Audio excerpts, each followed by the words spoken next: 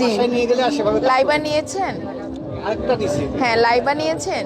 এই যে লাইবা, ওই মানে এরকমের কাঠের রুটি মেকার স্যার অনেক আছে। লাইবা ছাড়া যাই নিবেন না কেন হবে না, ওইগুলো কাঁচা কাঠ দিয়ে তৈরি।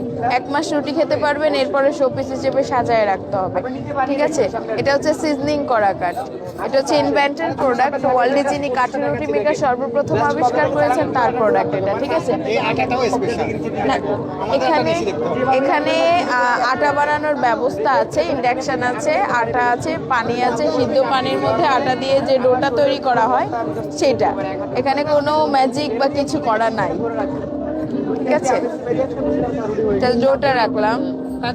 জি, এটা হচ্ছে লাইবা ইনভেন্টেড প্রোডাক্ট, হুমায়ুন কবির স্যারের। ওয়ার্ল্ডে যিনি কাঠের রুটি মেকার সর্বপ্রথম আবিষ্কার করেছিলেন তার এটা। আপনি গুগলে সার্চ দিয়ে দেখতে পারেন, সবার প্রথমে লাইবাটাই আসবে। ম্যাম আপনি একটু ভিতরে আসুন, আমাদের আটা তৈরি করাটা একটু দেখবেন। আপনি ওই আটা দিয়ে মেকারের রুটিটা চেক করুন, তারপরে মেকারটা নিয়ে যাবেন। এটা সিদ্ধ আটা, আমরা পেরি বেলুনে যে বানাই সেটাতে এক্সট্রা আটা দেওয়া লাগে, এক্সট্রা গুঁড়ি দেওয়া লাগে, এটাতে দেওয়া লাগে না। এই জন্য হচ্ছে এরকমের স্টিকি স্টিকি লাগে। ঠিক আছে, তেল দিয়েছেন না? না তেল দিই।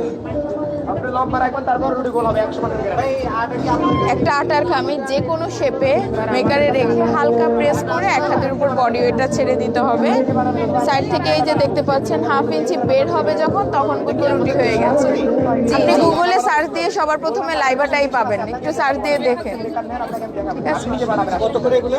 এটা 4টা ফ্যামিলি মডেল আছে, 2250 থেকে 3500। এটা 2250, 2650, 3250, 3500।